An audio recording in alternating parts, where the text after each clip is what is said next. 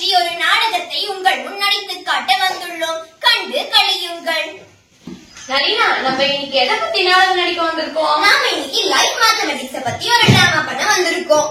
உனக்கு மேத்ஸ்னா என்னன்னு தெரியுமா சந்தோஷ்? மேத்ஸ்ல நான் கொஞ்சம் வீக், அதே நீயே சொல்லிடு. நல்லதை கூட்டிக்கொள், தீமையை கழித்துக்கொள், அறிவை பெருக்கிக்கொள், நேரத்தை வகுத்துக்கொள். இது மாதிரி லைஃப் மேத்தமெட்டிக்ஸ் பத்தி தான் இன்னைக்கு நம்ம பார்க்க போறோம். வாங்க பார்க்கலாம்.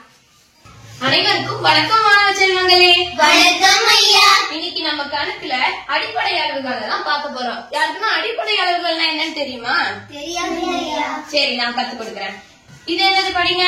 Millimetre, centimetre, decimetre, metre, decametre, hectometre, kilometre. இந்த மாதிரி படிக்கல இருந்து மேலே ஏறும்போது 10 முறை மல்டிபிள் பண்ணணும். இங்க இருந்து படிங்க.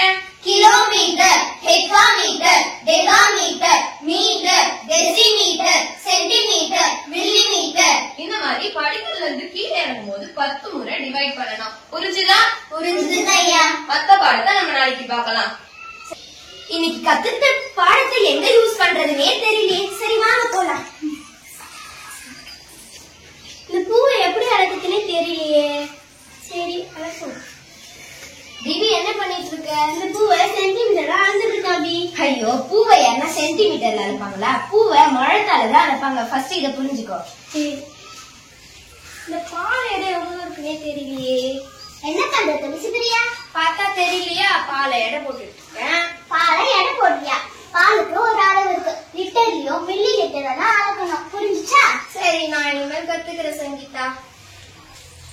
இவ்ளோ பெரிய நிலத்தை வச்சுக்கிட்டு என் காலாலேயே அளந்துட்டு இருக்கேன். காலா வலி எடுக்குது.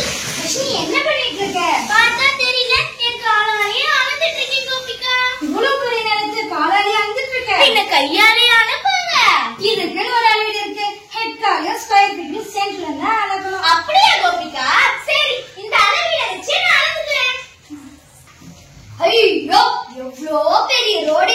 இந்த ரோட்டை இம்மாத்தூள் ஸ்கேல வச்சு எப்படிதான் அளக்குறதுன்னே தெரியல. இந்த சென்டிமீட்டர்ல அளக்கணுமா இல்ல மில்லி மீட்டர்ல அளக்கணுமா? என்ன பண்ணிட்டு இருக்கான் தீபாக்கு? என்ன பண்ணிட்டு இருக்க? ரோட்டை அளக்குறேன். ரோட்டை ஸ்கேலால அளந்துட்டு இருக்கியா?